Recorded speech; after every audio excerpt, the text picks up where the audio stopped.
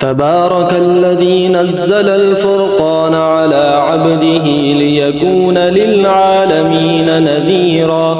الذي له ملك السماوات والأرض ولم يتخذ ولدا ولم يكن له شريك في الملك وخلق كل شيء فقدره تقديرا واتخذوا من دونه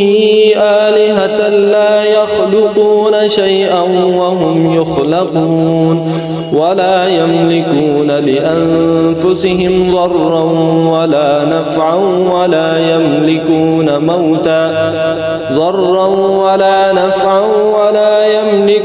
موتا ولا حياة ولا نشورا وقال الذين كفروا إن هذا إلا إفك افتراه وأعانه عليه قوم آخرون فقد جاءوا ظلما وزورا وقالوا أساطير الأولين اكتتبها فهي تملى عليه بكرة وأصيلا قل أنزله الذي يعلم السر في السماوات والأرض إنه كان غفورا رحيما وقالوا ما لهذا الرسول يأكل الطعام ويمشي في الأسواق لولا أنزل إليه ملك فيكون معه نذيرا أو يلقى إليه كنز أو تكون له جنة يأكل منها وقال الظالمون إن تتبعون إلا رجلا مسحورا انظر كيف ضربوا لك الأمثال فضلوا فلا يستطيعون سبيلا تبارك الذي إن شاء جعل لك خيرا من ذلك جنات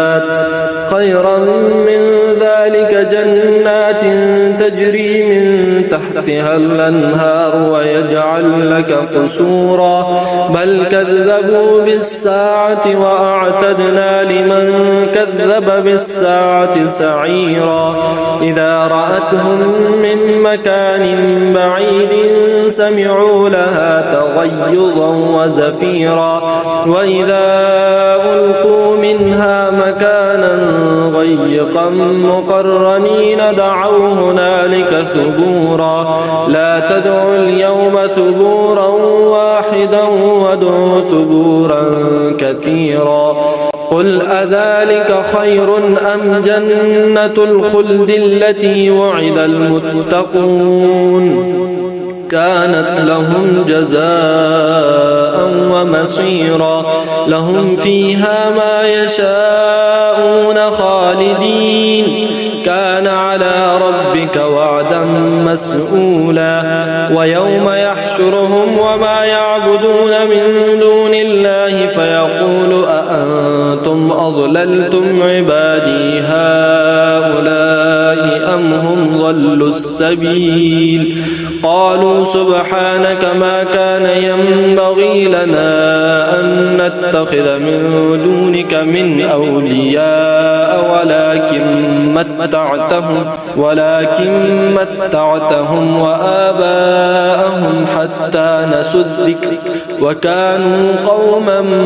بورا فقد كذبوكم بما تقولون فما تستطيعون صرفا ولا نصرا ومن يظلم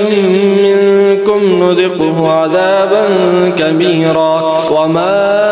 أرسلنا قبلك من المرسلين إلا إنهم ليأكلون الطعام ويمشون في الأسواق وجعلنا بعضكم لبعض فتنة